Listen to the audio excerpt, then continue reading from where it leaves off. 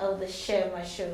And guess what? On today's edition, we are blessed to be in the company of one lady that I really admire so much, Miss Betty Sega Abeng. Guess what? She's a CEO of Commonwealth Education Trust. Welcome to the Shirlma Show, Betty. Thank you so much, Shirley. It's an honor to be here. It's a pleasure to have you, honestly. You know, whenever I see you, I see class. I don't know why. I actually just feel like, even if I didn't know you, I met you in a setting, I'll rush to go over to you and be like, please, can I just be your friend? Okay. Yeah, that's the way I feel. So, is it like a strategic move to always look this fine and pose? Thank you. Well, that's a very huge compliment. Thank you so much. On the contrary, it's never very intentional from me. I would say one thing. Over the years, I have grown to be very conscious of what works for me and to try as much as possible not to try too hard to look like everybody else. And I think once you understand your person, once you understand what works for you, and more than ever, if you understand what you're comfortable wearing, I think you always find yourself, and I don't think it's the clothing, it's maybe just my demeanor and the not really wanting to look like everybody else attitude. So yeah, it's not conscious. I'm very grateful that it's been appreciated. Thank you. Okay, all right then. So but let me take you back, okay? So maybe if I were to meet you maybe somewhere around Form 5, yeah. What kind of person would I be meeting? Oh, that's a really good question.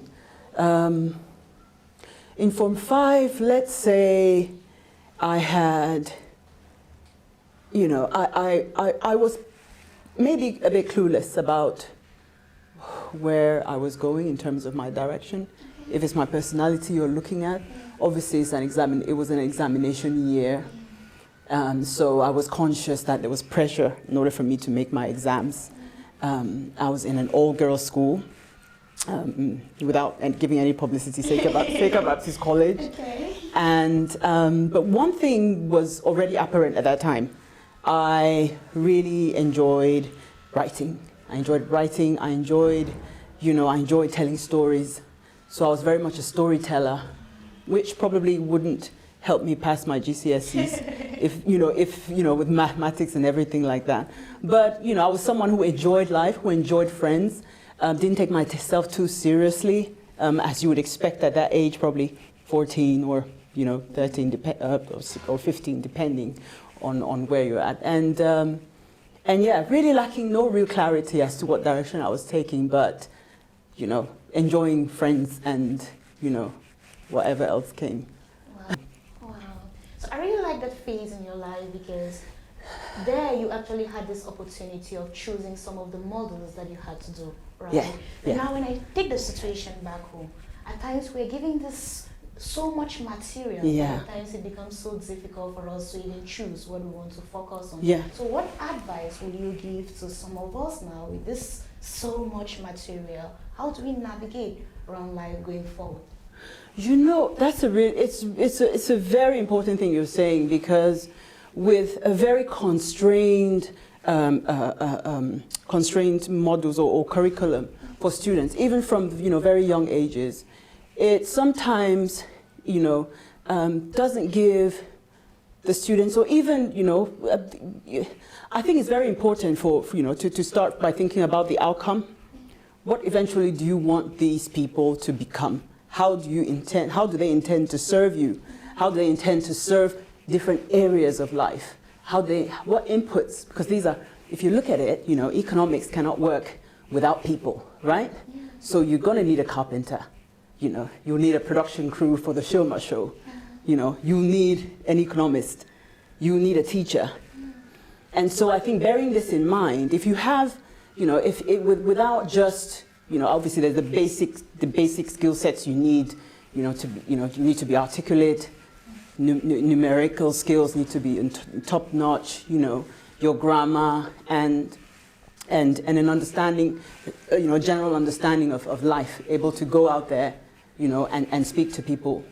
And I think sometimes you know, it's out of our hands really what that curriculum will be like, because the state makes that decision and, you know, says, okay, these are the, you know, the Ministry of Education says this is what they're going to learn.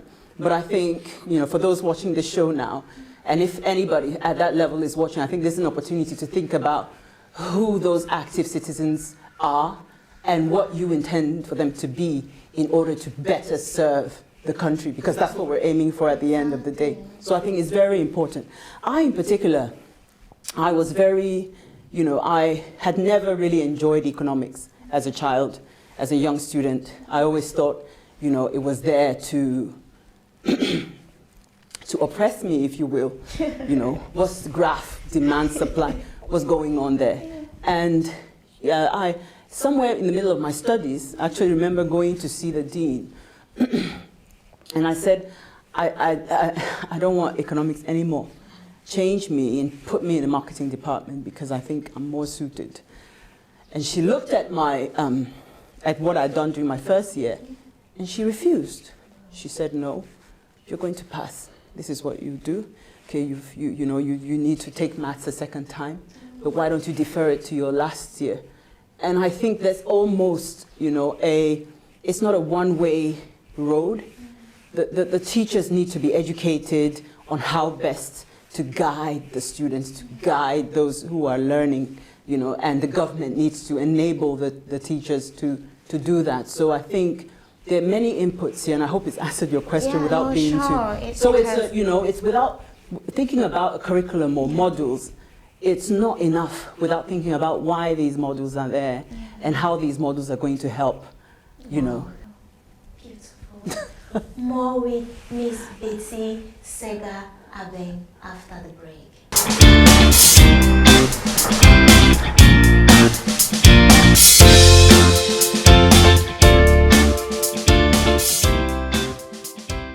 If you're just joining us today on the Shirlma Show, we're honored to be in the presence of Miss Betsy Sega Abeng, the CEO of Commonwealth Education Trust.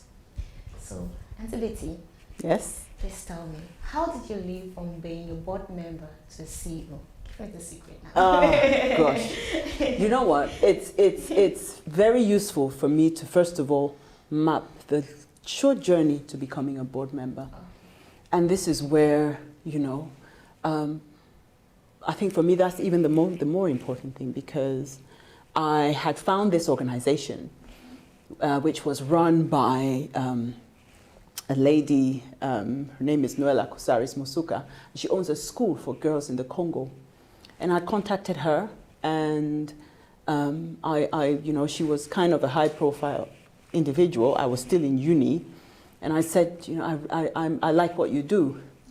Fast forward, she never really responded. Fast forward 2 years later, I walk into a Women's Day event, and I see her.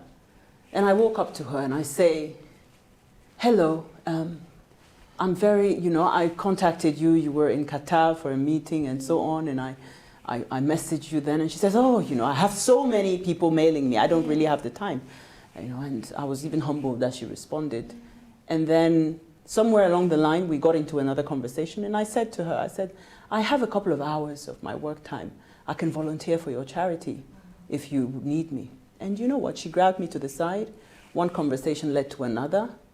And a few days later, we signed a confidentiality agreement, and I was helping out with some of the charity work.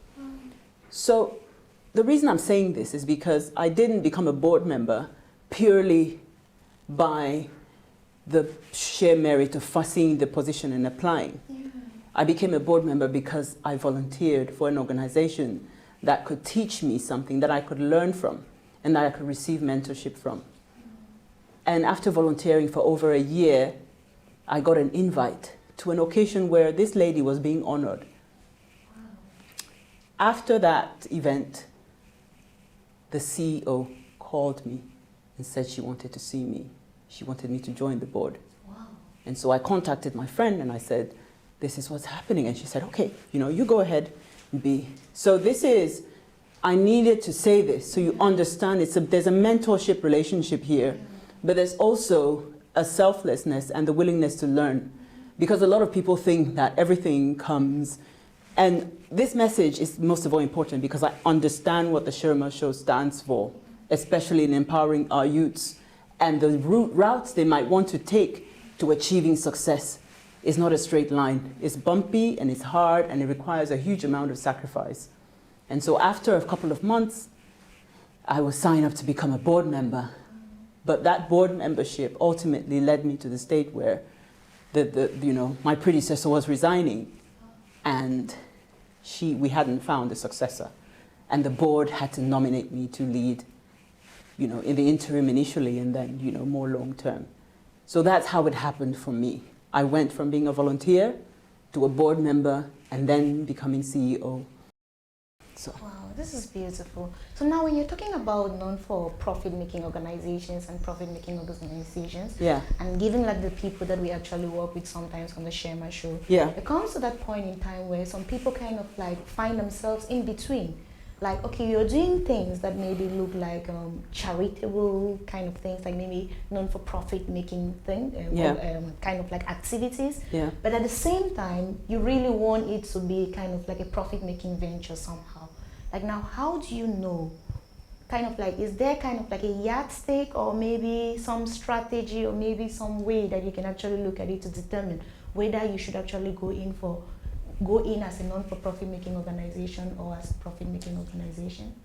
Well, I think it really depends. For someone like me who has, worked in the kind of philanthropic land space for a while, not-for-profit environment, I understand that while it is, purely not-for-profit, there is the need to think about where the money will come from that will be solving the problem that you're trying to solve.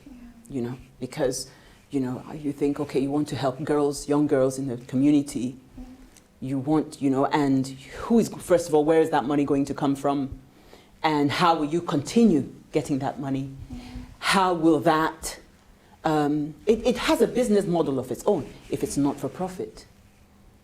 However, if it's a social enterprise, it's a completely different ballgame, which means you're able to bring a few people together who have a skill, who might be able to advance, who might be able to produce an income for the organization through their activities, which will in turn go on to serve more, but still having a clear fundraising strategy. So you need to strategize where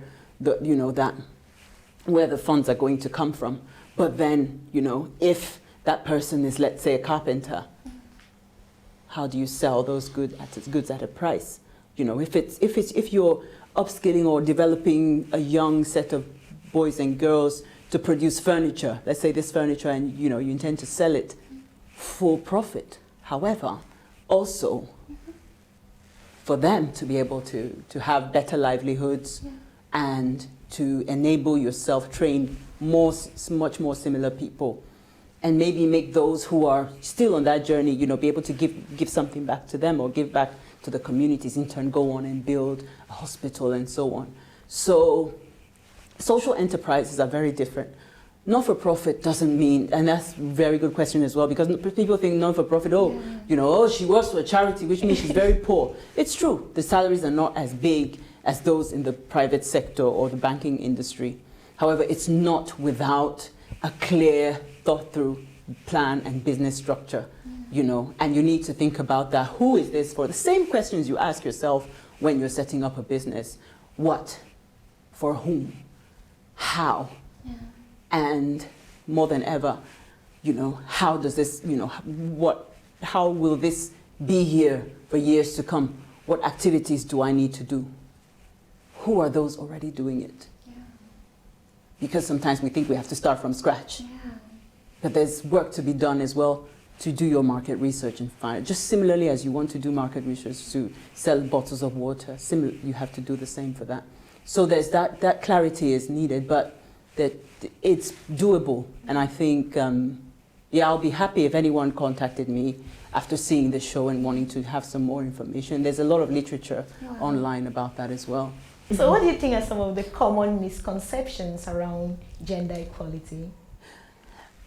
Gosh, I think there's so many misconceptions, And I also think, without saying them, without putting an importance to the misconceptions, I think it's a very important conversation to have.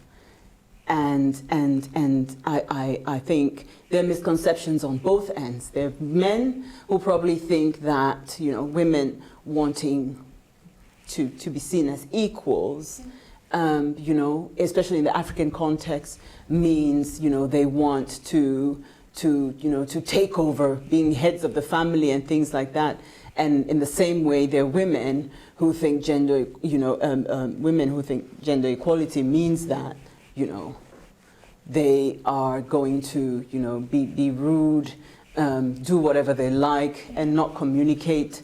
But I think in this case, the conversation we're trying to have is that there's opportunities that are given to men, For example, in many African communities, still, they prioritize sending the boys to school first and not the girls, And for me, that's where it starts. And it's also empowering the boys to understand that, it's not unique. Certain things are not just unique to the female gender, And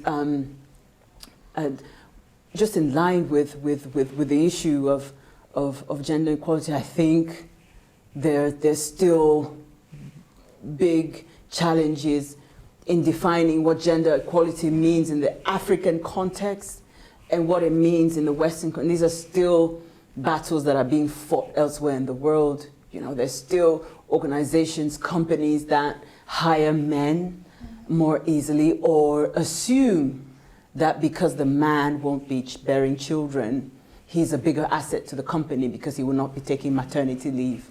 So countries such as, more Western countries are also now providing paternity leave for those, individuals. So to send that message through that if you hire a man, he's highly likely to take some paternity leave as well and go. And I think those are the, but I really believe that, especially for our young boys and girls, it's important that they understand that the role of the woman doesn't extend to the point where she loses her health, she's tired and she's sick, and yet everything still falls on her, and that everyone has a role to play in ensuring that the family unit stays together, that the children stay healthy, and that even, I know a lot of women who are earning well and who are doing activities to enrich their home and to make their home sustainable. So I know that question is a trick question, and I've answered it in a way that is more so I don't have backlash from women or men. All right, and Sibeke. Beautiful. Please don't go away, because we have more with Miss Betsy Senga Abeng after the break.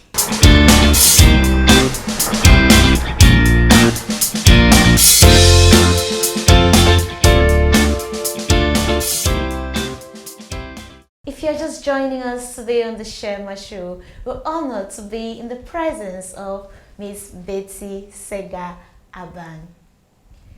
And to the team, so what advice will you give girls like me who look up to you? No, ladies like me, I forgot my name is there. Ladies and girls who are looking up to you. Okay, well, I'm really humbled to know that there might be anyone out there who might be looking up to me. I'm very grateful that I'm able to share my story and to share it honestly. I think they should also look for other people who might be similar to me, or even not, who might have a nugget or two to share with them. The internet is a huge resource, and you can almost find, whether it be a career path, whether it be you wanting to cook or become a baker, there's information on there which is not just entertainment and for the sake of it, which can guide you towards doing something. If you identify an individual, for example, such as myself, get in touch with me. It might take a couple of days or one day, but I will honestly be able to talk to you through and guide you, and why not introduce you to someone else who is in a much better place to advise you.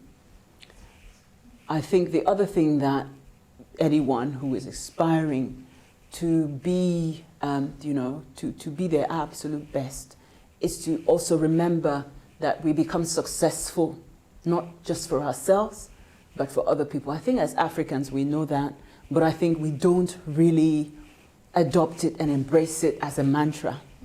And I think without that, if you look at a lot of people who have become successful, a lot of what they do is also, to derive a giving mechanism or to improve the livelihoods of them. Because you can, if you go build a huge skyscraper in the middle of a slump, you're still surrounded by slump. True. The other thing I'd say is show up. No matter what it might be. It might seem small, it might seem worthless, it might seem time-consuming, but show up. Show up for the things that would take you one step further to you becoming useful to yourself, to your family and society, and learning. There's nothing that is too little. Show up by reading a book. Show up to an event that is for women or for individuals wanting to learn either a trade. Show up to a speaker, and show up to platforms. There's LinkedIn, a lot of people use it.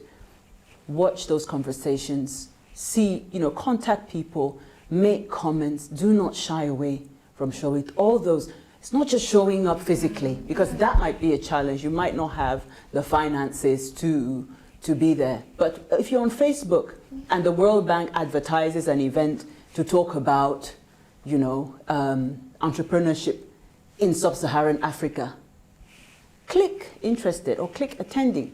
That notification will show up on your timeline, and you would be able, you would for free, you would gain access to conversations about things which are ultimately affecting you that you would otherwise not have. That is for those who do. And if you do, why not invite one or two other people to come along and learn? And I think that in line with having progressive conversations, those are the kind of things that have worked for me. Wow, beautiful. That's great advice. Thank you. You're welcome. So now, can you tell us maybe, are there some things about the Commonwealth Education Trust that you'd like to share with us? Well, yes. It's as I said earlier, it's a cause which is really dear to my heart, has grown more so to be very important. We work. We are a not-for-profit organization, and we believe that teachers are key to improving learning outcomes in the classroom. Not the pastors, but the teachers. And ultimately, those teachers need to have the tools to be able to do that. And so we have a flagship program called Teach 2030. Teach 2030 is technology. It consists of courses which are online, which starts with becoming a digital learner. So first of all, giving them, showing them how to use their phones and other devices to learn, and then a number of courses which enables them to plan their lessons. How do they ensure that learning has happened in the classroom? You would have teachers who, for example, discover after taking one of our courses that they were not walking around the classroom. So there's students who are sleeping at the back, for example, and they don't notice. But those are all, activities which end up improving learning in the classroom. What feedback do you give in the classroom? Oh, that's so beautiful. I kind of admire what you guys are doing. Now, I guess my question would be, do you guys have some particular schools that you decide to deal with or to work with? Or is it kind of some schools can apply?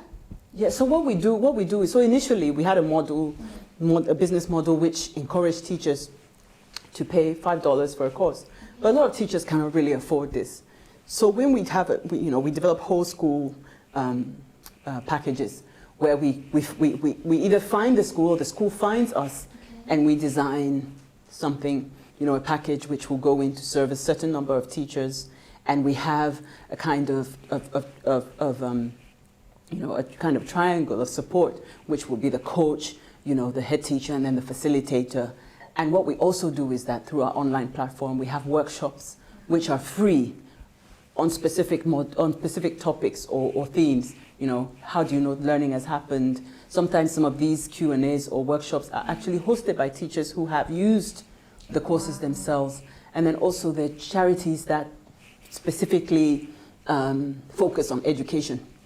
So they would contact us and say, oh, you know, they have 50 teachers whom they want to upskill, because what you're developing is an ecosystem of teachers who go on to apply that knowledge in other areas. So it's cost effective and it's sustainable.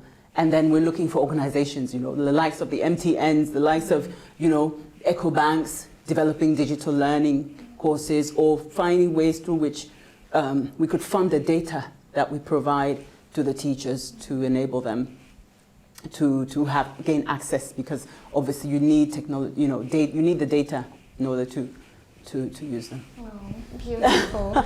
Oh, amazing what you guys are doing. So, Auntie Betty, we have some questions, at least some, let's hope they're light. All right, okay. Okay. So you just choose any, read it out. And would you rather stay for 2 months without water or electricity, and why? I'd rather have water. I think with water, they say water is life, yeah. But water means I can eat. You know, the kids can eat. Yeah. Water means we can have a shower. Yeah. You know, water also means, you know, other hygiene is well looked after. What use is electricity? You know, if I cannot afford a generator, as many people cannot do, electricity will probably be of no use to me. Now, it's gender specific, but I'll read it out. It says, as a cigarette hater, what will you do if your wife suddenly starts smoking? Yeah. So. Okay, let's put husband. Husband, okay. Gosh. That's it. It's a really difficult one. I think first of all, you want to find out why. Yeah. It doesn't start overnight. Either they've been smoking before and they've been pretending they're not, and they just suddenly found a window to do it. Okay. I think I would want to ask them what brought on this new behavior. I would also want to ensure that they're informed of the health risks of doing this. But also, I also informed them that a lot of places now in this world where you cannot sit and smoke. So if you're a smoker abroad, you have challenge, because in the winter, you have to go outside and smoke. I'll probably advise them not to smoke in the house as well. And I will keep hopes alive that they will realize that it's a big mistake they're making. Guess what? What? You're already doing that. Oh, because when I look at you, I see humility. I see someone who is kind. Right. I see someone that I can comfortably look up to. So thank you. Thank you, It was Shirley. indeed an honor to have Thank you you. on our platform. Thank you. today. Thank you so much. Thank you. Thank you so much. So how can people get to you? Well, But yes, I'm on all social media handles, Facebook, and also through the Commonwealth Education Trust. If anyone's interested, getting in touch always. so what's your name on Facebook and the social media platform? Facebook name is Betty Nsega Abeng. Same Betty Abeng on Twitter, Betty Abeng on Instagram, you'll find a lot about, you'll find articles as well that I write, so yeah. Thank you so much. And Thank you, Shirley. keep shining, please. That's all we wish for you, because your light shines so bright. Thank you so much. Thank you. Okay.